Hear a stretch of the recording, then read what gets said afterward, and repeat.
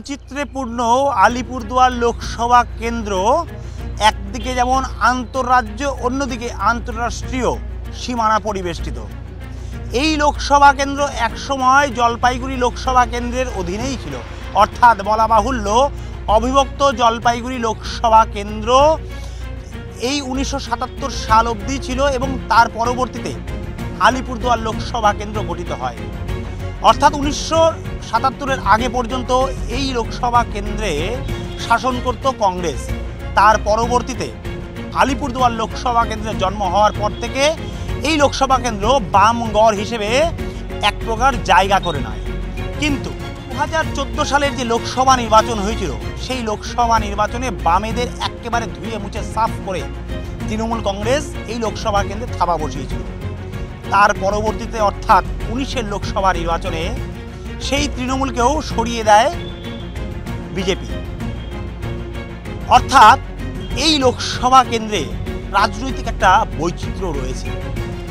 এই পরিস্থিতিতে 24-এর যে লোকসভা নির্বাচন রয়েছে, সেই লোকসভা নির্বাচনে কার পাল্লে হাওয়া লাগতে চলেছে, কার পাল্লা ভারী রয়েছে, সেই সব জানতে, অর্থাৎ এক কথায় পাবলিক পালস বুঝতে আলিপুরদুয়ারের মাটিতে রয়েছি আমরা। এই মুহূর্তে আমি নিতাই, সঙ্গে আমার ক্যামেরা পার্সন সৌমেন্দু মজুমদার একেবারে আলিপুরদুয়ারের এলাকায় এলাকায় পৌঁছে গিয়ে সাধারণ মানুষের হারির খবর জানার চেষ্টা করব। কোন রাজনৈতিক দল এগিয়ে রয়েছে, কোন রাজনৈতিক দল পিছিয়ে রয়েছে, সেটা বোঝার চেষ্টা করব।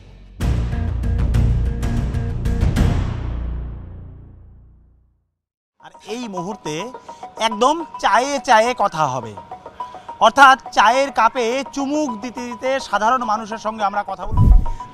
একটি বিষয় সেটা হচ্ছে যে এখন তো ভোটের হাওয়া বইছে, চারিদিকে তো ভোটের গন্ধ। কি মনে হচ্ছে কার পাল্লা ভারী এই আলিপুরদুয়ার লোকসভা কেন্দ্রে? এখনো সমান সমান হাড্ডাহাড্ডি চলছে। তৃণমূল আর বিজেপি হাড্ডাহাড্ডি লড়াই হবে বলছেন? এখানে হাড্ডাহাড্ডি, আলিপুরদুয়ারে হাড্ডাহাড্ডি এবার লড়াই হবে। লড়াইটা তুলনামূলকভাবে বিজেপি আর তৃণমূলেরই হবে। আমরা আরো বেশ কিছু মানুষ রয়েছেন যারা এই মুহূর্তে চায়ের কাপে চুমুক দিতে ব্যস্ত রয়েছেন, তাদের সঙ্গে একেবারে সরাসরি কথা বলার চেষ্টা করব। এই লোকসভা কেন্দ্রে কার পাল্লা ভারী রয়েছে? এই লোকসভা কেন্দ্রে বিজেপির পাল্লাই ভারী। তৃণমূলকে টক্কর দিয়ে এগিয়ে থাকবে? এগিয়ে অবশ্যই থাকবে বিজেপি। গতবারও বিজেপি জিতেছিল, এবারও বিজেপি জিতেছে। এ নিয়ে কোনো দ্বিমত নেই, কোনো প্রশ্নই নেই। বিজেপি এবার আসলে 3 লাখ হয়তো ক্রস করে যেতে পারে। তৃণমূল কি টক্কর দিতে পারবে বিজেপিকে? না, সম্ভব লোকসভায় কখনো নেই। এরা প্রধানমন্ত্রী ভোট, এখানে মোদিজি হাত শক্ত করবে জনগণ, 3 লাখ ভোটে জিতবে বিজেপি। তো তৃণমূলেরই জেতা উচিত। কি পাল্লা ভারী কি তৃণমূলের? নিশ্চয়ই পাল্লা ভারী হওয়া উচিত, যেহেতু জেলা পরিষদ তৃণমূলের, পৌরসভা 2টা তৃণমূলের, নিশ্চয়ই তৃণমূলেরই পাল্লা ভারী হওয়া উচিত। লড়াই হবে তৃণমূল ভার্সেস বিজেপি, আমি তৃণমূলকে এগিয়ে রাখছি। পাল্লা কার ভারী এখন কি করে বলবো, এখন তো এইটা বলতে পারবো না। পাল্লা আমাদের ওয়েস্ট বেঙ্গলে তৃণমূলেই থাকবে, সেটা বলতে পারবো না কার পাল্লা ভারী। পাল্লাটা আর কোথাও বলা যায় না, কোন দিকে ঘুরে কিভাবে বলবো বলেন। আমি বলবো একটা হয়ে যাবে একটা, তখন কি হবে? তখন পাল্লা তো ভারী আছে, বিজেপির পাল্লা ভারী আছে। মানে টিএমসি প্লাস হচ্ছে বিজেপির দুটো কন্টেস্ট মনে হচ্ছে আর কি। আমরা চাই কি রাস্তা, জল, আলো, এই জিনিসগুলো যে ভালো দেবে। দেখা যাচ্ছে আসলে বিজেপিরই পাল্লা ভালো। মানে বিজেপি আবারও জিতবে এই লোকসভা কেন্দ্রে মনে হয়। তৃণমূল অনেকটাই তাহলে কি পিছিয়ে আছে এই লোকসভা কেন্দ্রে? হ্যাঁ, তৃণমূল বিজেপি বাট দুটোরই পাল্লাই ভারী। উন্নয়ন যে করবে তার সেই জিতবে। আমাদের বর্তমানে কর্মসংস্থান দরকার। শেষ 5 বছরে কতটা পরিষেবা পেয়েছে? মোটামুটি ভালোই পরিষেবা, উন্নতি হয়েছে সব কিছুরই, কোনো খামতি নেই কিছুর। কিছু পাওয়া যায়। রাজ্য সরকার তো প্রচুর প্রকল্প আছে, সরকার তো আছে, কিন্তু রাজ্য সরকার তো যাদের আছে তাদেরকে দিচ্ছে, যাদের নাই তাদেরকে মানে সে পাচ্ছে না।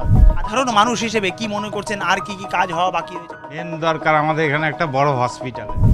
রাস্তাঘাটের খুবই প্রবলেম, রাস্তাঘাটটা খুবই জরুরি।